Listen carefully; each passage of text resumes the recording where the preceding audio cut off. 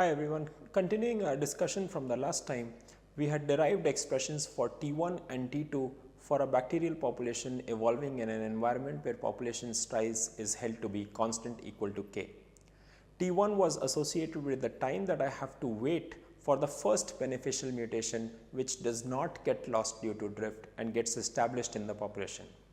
Once this beneficial mutation is established in the population, selection takes over and its numbers go up to n, and the mutation is said to be fixed in the population. T2 is the time that this beneficial mutation takes after getting established to reach fixation. And in the last lecture, we had obtained expressions which accounted for this T1 and T2 in terms of number of generations that I have to wait for each of these two events. And now let us continue our discussion from there. So, this is the expression that we had received for T1 and this is what we had got for T2. And as we had discussed before, that once a beneficial mutation is established and fixed in the population, fitness of every single individual in the population has increased from 1 to 1 plus S. Starting genotype, every individual was at fitness 1, and now since the first beneficial mutation has become fixed in the population, fitness of every single individual is equal to 1 plus S. That means that mean change in the fitness that has happened is equal to S, and that change S has happened in time T1 plus T2. So, speed of evolution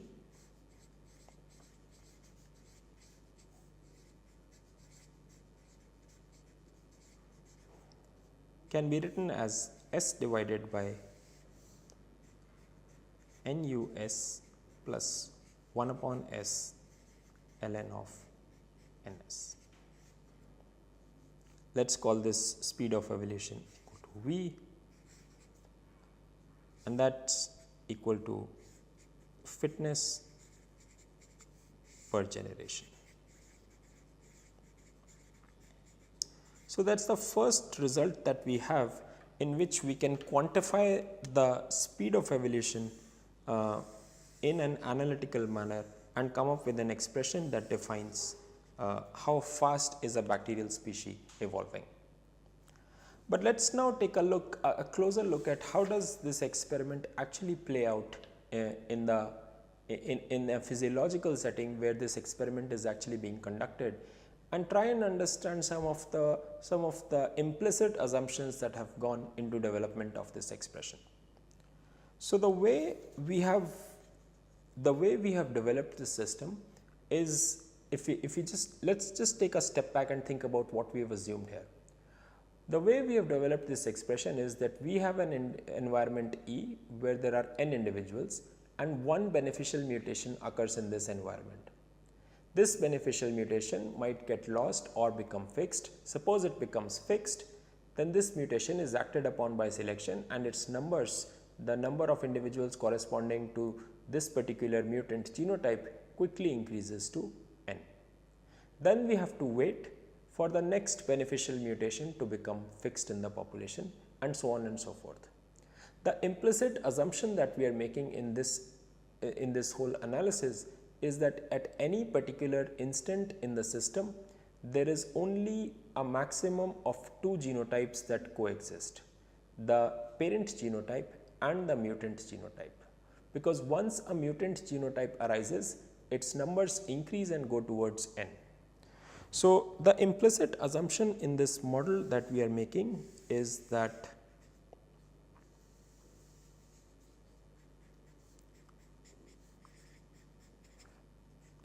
this is time again. The implicit assumption that we are making is that I am not going to draw the mutations that were eliminated by drift, but only the ones that get established. So, and then the next one occurs somewhere over here, and so on and so forth. The implicit assumption is that if I were to draw a vertical line which corresponds to a particular time, so this is like a snapshot of the environment at each of these times. In any of these snapshots, the maximum number of genotypes that exist in the population is equal to 2. So here every individual belongs to the parent genotype, so there is only one genotype, again one genotype. Here there are two genotypes with this many number of mutant individuals and this many number of the parent genotype. So this is 2, 1, and again mutant genotypes, the parent genotype, so this is 2. So the maximum number of genetic variability that exists in the population is limited to 2.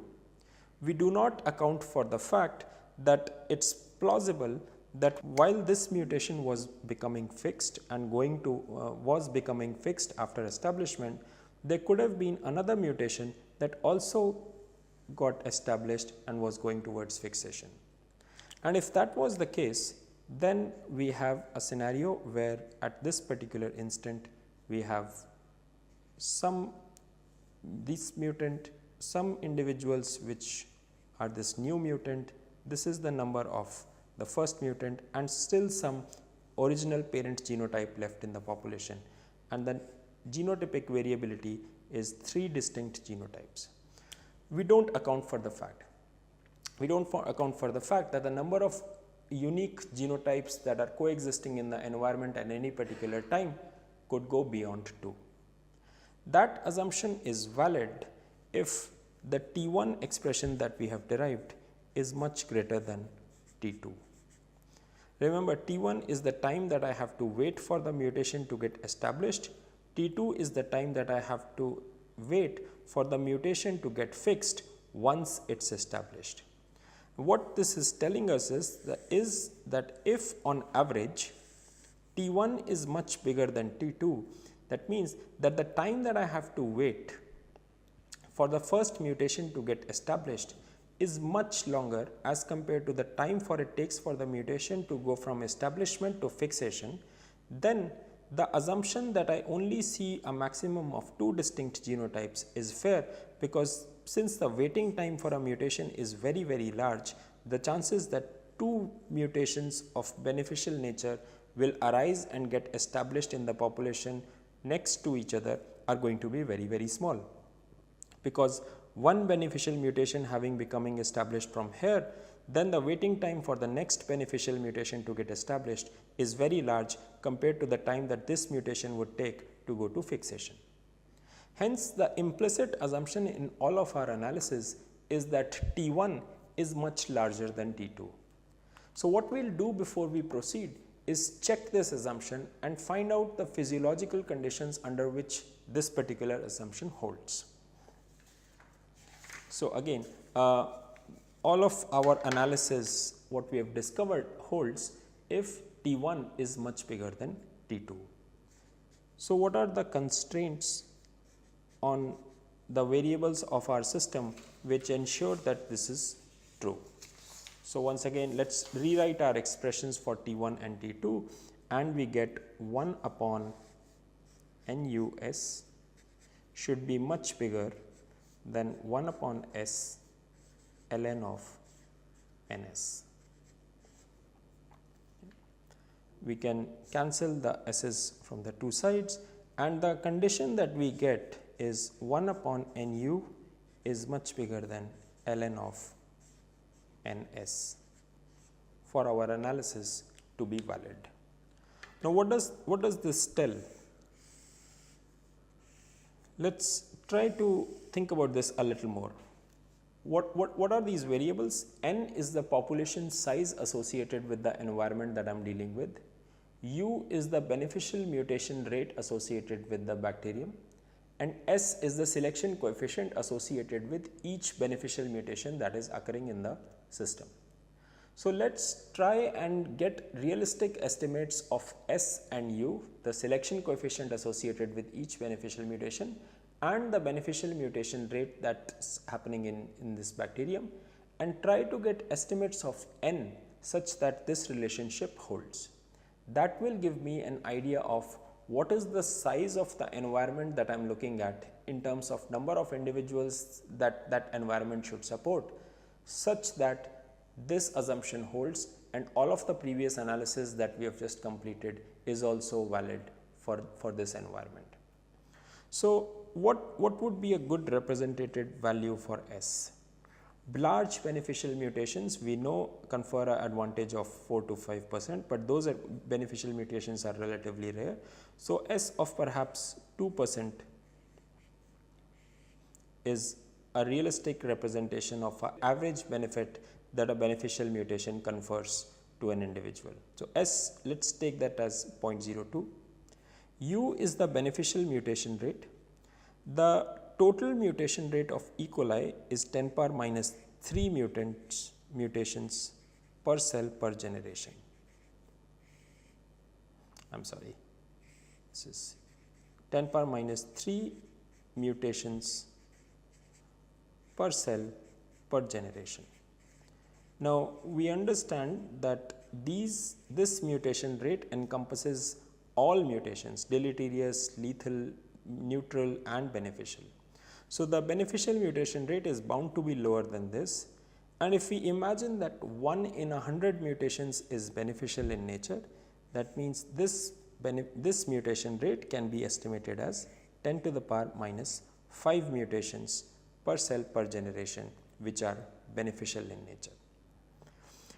Now, once we have these two numbers, I leave this as an exercise for you to come up to solve this inequality and come up with an estimate n such that having plugged in these values of S and U, the above inequality holds. The above relationship holds. Okay. So, you should try and solve this and find out that what is the constraint on n that you are putting when you are saying that this inequality must be obeyed. What is the constraint on n that automatically imposes itself? So, solve for n and comment on what is the nature of the environment E where you can do this experiment with this constraint on n such that T1 is much bigger than T2, which means that a picture like this that we drew where one beneficial mutation occurs, goes to fixation, this one does not exist, then we wait a long time before the next beneficial mutation gets established. This picture holds true depending on what is the answer that we get from this inequality. Okay. So, that is that. But what that also means is that if T1 is much bigger than T2, then we can write that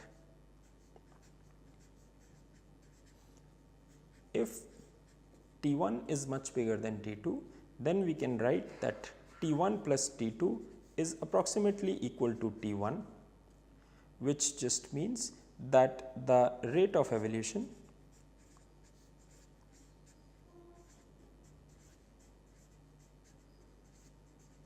is just equal to S upon T1, which is S upon 1 divided by NUS, which is equal to NU S square.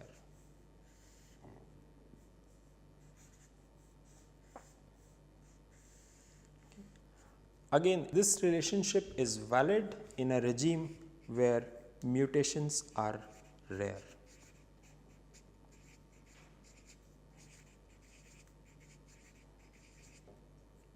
Which is essentially what saying T1 much bigger than T2 means, because T1 is the waiting time that you have to wait before the first beneficial mutation gets established. If T1 is very large compared to other times in the process, that means the waiting time is the determining factor which decides speed of evolution, and this will only happen. Another way of saying the same thing is that mutations in the system are very rare. So, that is the speed of evolution associated with the condition that mutations are very rare. Another way to think about this is that if we try, our goal is to try and estimate an expression for speed of evolution. So, another simple way to think about this is speed of evolution is just equal to, if I were to ask you that in one generation time, how many beneficial mutations occur? So, we are going to write this as how many beneficial mutations occur, not fixed but occur in one generation. Okay. We need an expression for this, times what fraction of those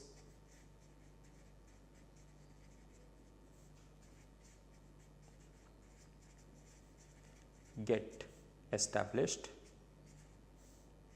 We want an expression for that, times what is the fitness advantage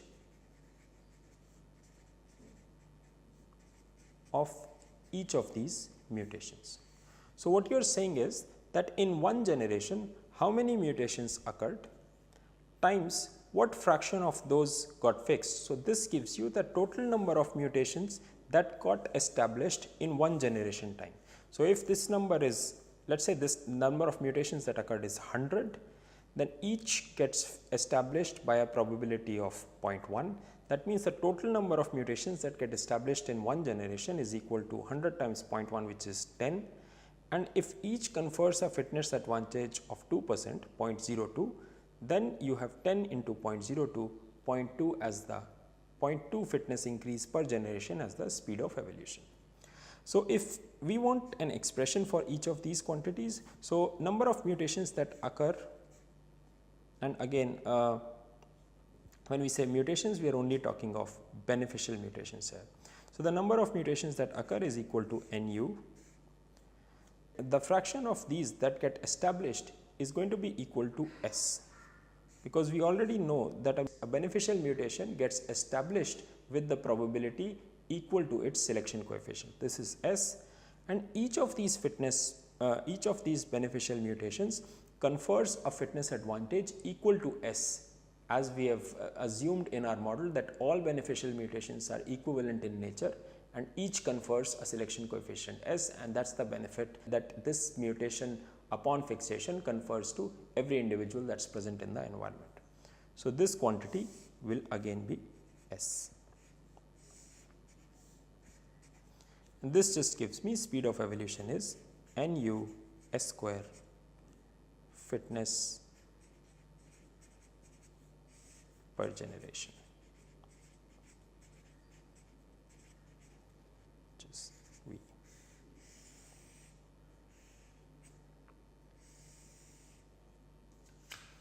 Okay.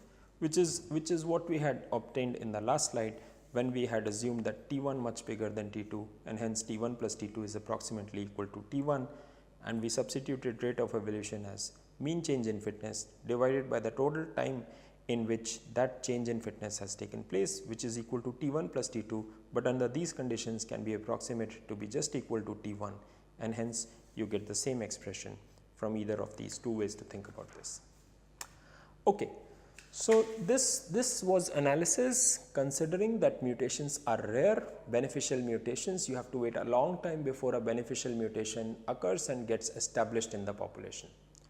But in a physiological setting, if you work out the NU and S inequality that we had developed and find the appropriate condition where this inequality, that waiting time is very large compared to fixation time holds, you will find that this scenario is not really relevant for a large number of physiological settings, because NU, that is the total number of mutations that are occurring in one generation time for any bacterial system, and because N associated with the system is likely to be very large, NU is often a very large number, that is a total number of beneficial mutations happening in this system.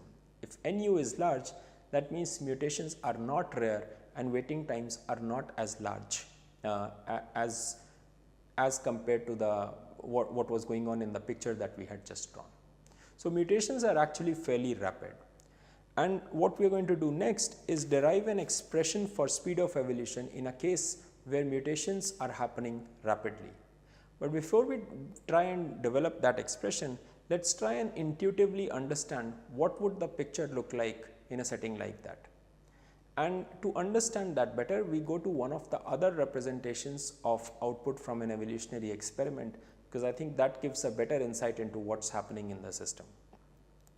So, this is a case where mutations are occurring rapidly now. Before we do that, it's perhaps useful to understand what would be the corresponding picture in this representation that we are going to talk about now, and understand what would this look like when the mutations were rare. So, this is representing what we have already done. Mutations are rare,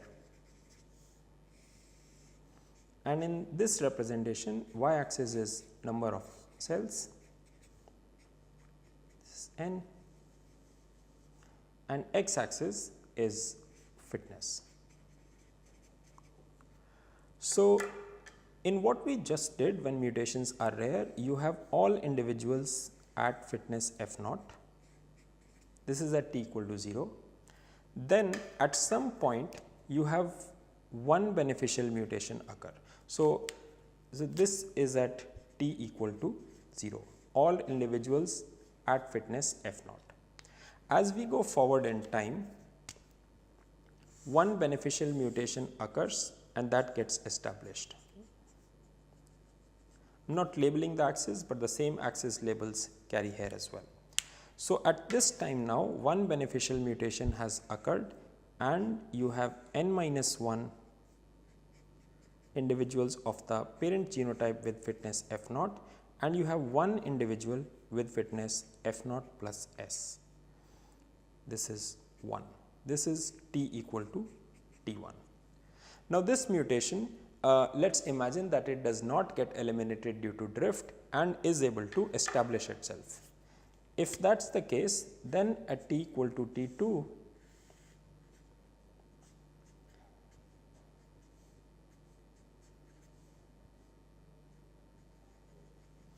what the picture is going to look like is that the number of individuals corresponding to the parent genotype at fitness f naught is going to be n minus 1 by s, and this one mutant has increased in numbers and gone up to 1 by s number of individuals which correspond to this particular genotype.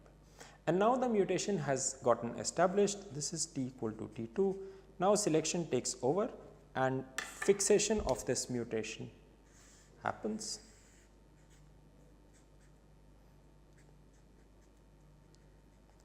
And fixation of mutation happening means that this particular genotype is going to outcompete the parent genotype, and eventually you will end up with all individuals at f naught plus s and 0 individuals at the original fitness f naught. This happens at t equal to t3. Then under this regime that we just discussed, fitness mutations are relatively rare. You have to wait a long time before the next mutation occurs at t equal to t4 and gets established. And in that case,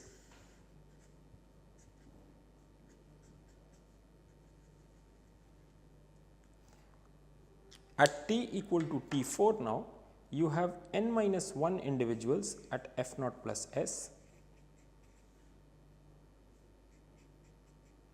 and you have one mutant individual that has arisen, which is f naught plus 2s.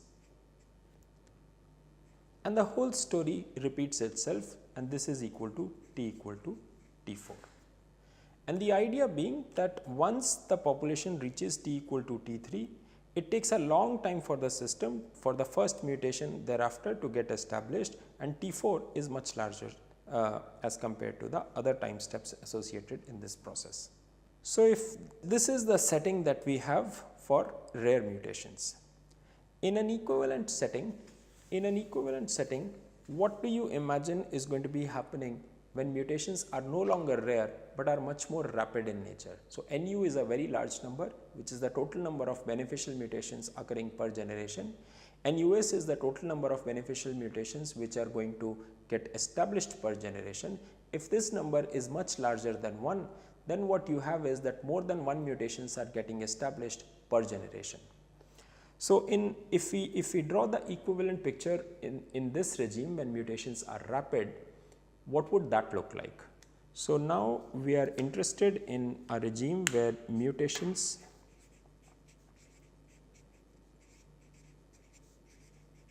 are rapid. What is this going to look like? The way it's going to play out is the following, that we have fitness here, F0, F0 plus S, F0 plus 2S and so on and so forth, and we have number of cells on the y axis. And to start with, if this is n, there were n number of individuals at fitness F0. And as I go forward in time, the cells are growing. Eventually what is going to happen is that mutations are going to keep on happening, and some of them will be lost because of drift, but one mutation will eventually get established. When that happens, number of individuals which correspond to fitness F0 will come down, and you will have some mutation, some number of individuals which correspond to a fitness of F0 plus S. And now because this mutation has gotten established, the numbers associated with this particular genotype will increase, numbers associated with the parent genotype will decrease. But before this can reach fixation, that is before this genotype can totally eliminate the parent genotype from the environment, another mutation from this pool happens, and you have another genotype which corresponds to fitness F0 plus 2S. This event has meant that now you have 3 distinct genotypes in the population at the same time, and we had precisely seen that mutations are rare implies that there are not more than 2 genotypes at any given time in the environment. So, we have 3. So, now this particular genotype is going to outcompete both the genotypes. The frequency associated with the middle genotype will keep on increasing as long as this fitness F0 plus S is more than the mean fitness of the individuals in the environment. So, if the frequencies were as represented, this will go up, this will go up, this will come down. But before this individual has gone to fixation or this has been completely removed from the system, another mutation happens and we have 4 genotypes. So, what mutations are rapid? This regime implies that multiple genotypes, and by multiple it is greater than 2 genotypes, coexist at the same time.